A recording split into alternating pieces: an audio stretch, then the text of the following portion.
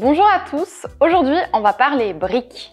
Presque tout le monde connaît les Lego. C'est un jeu de construction constitué de petites pièces en plastique qui s'emboîtent. Je vais vous raconter l'histoire de Lego et vous montrer comment se présente un set de construction Lego en vous partageant notre dernière construction qui me rappelle mon enfance, la Nintendo NES. Les Lego ont été inventés par Ole Kirk Christiansen, un menuisier danois. Il a dû fermer son atelier de menuiserie, il a dans la foulée perdu sa femme, mais il a été déterminé à pas se laisser abattre. Il avait 4 fils et avec le bois qui lui restait, il a commencé à produire des jeux en bois qualitatifs. Un jour, il a eu une commande géante pour un centre commercial. Il a donc réembauché tous ses travailleurs d'avant, ils ont travaillé jour et nuit pour fabriquer les jouets avant Noël et le grossiste qui lui avait passé commande a fait faillite. Il a commencé à faire du porte-à-porte, mais il était nul en commerce, il savait pas se vendre. Un jour, il a décidé que pour bien vendre, il fallait avoir un nom accrocheur et il a donc décidé d'appeler son entreprise Lego. C'est une concaténation de 2 mots danois, Legot, ce qui veut dire joue bien. Par hasard, Lego en latin, ça veut aussi dire collectionner et assembler. Alors là, c'était un coup de bol parce que ça aurait très bien pu aller dans une autre direction. Siri, par exemple, en georgien, ça veut carrément dire aubergine. Je parle pas du légume. Vous imaginez les ambiguïtés dans la rue? Bref, les ventes marchaient bien et en 1942, l'atelier brûle et ils perdent tout. Le bois, les croquis, les prototypes. Tout.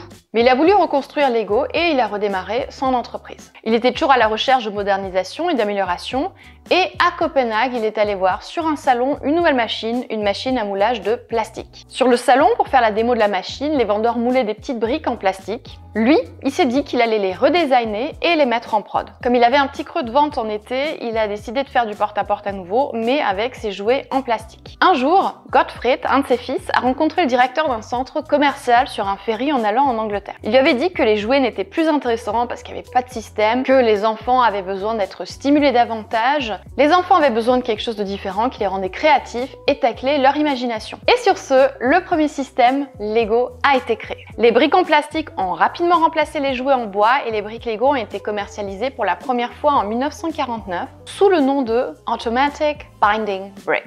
Le succès de Lego était si grand qu'ils ont même créé un aéroport pour recevoir des visiteurs dans leurs locaux. Ils ont même pu construire Legoland en 1968 et la première année, ils ont eu 600 000 visiteurs. Voilà pour la petite histoire. Passons aux choses sérieuses, les sets de construction. On y va. Je vais vous faire un aveu. Il y a quelques mois encore, je connaissais pas les sets Lego. Bien sûr, je savais à quoi ressemblaient les briques. Je regarde Lego Master. Mais à quoi ressemblaient les packs, c'était pas très clair pour moi. Et pour tous ceux qui sont dans la même situation que moi, je vous présente à quoi ressemble un set tel que celui de la Nintendo NES. Globalement, c'est un peu comme chez Ikea.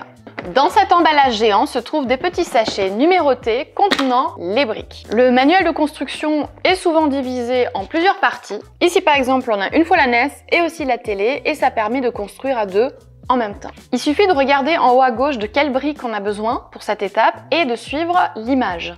Si on se trompe, on a un outil pour enlever facilement la brique mal mise. Et même si on passe son temps à dire « Je crois qu'il me manque une brique. Je crois qu'il me manque une brique. Merde, je crois qu'il manque une brique. » Contrairement à chez Ikea, il manque jamais une seule brique. Il est même fréquent qu'il en reste, et c'est normal, pour les petites pièces, les gommées durables. Nous, on a fait cette petite construction en 4h30 à 2 et le résultat est vraiment mignon. Regardez. Ah, j'adore. 20 minutes later. One eternity later. C'était tout pour aujourd'hui. Si vous aimez les histoires de crafting, lâchez un pouce bleu et abonnez-vous. Et si vous voulez voir le montage complet du set en timelapse, cliquez sur le lien en description. Und tschüss!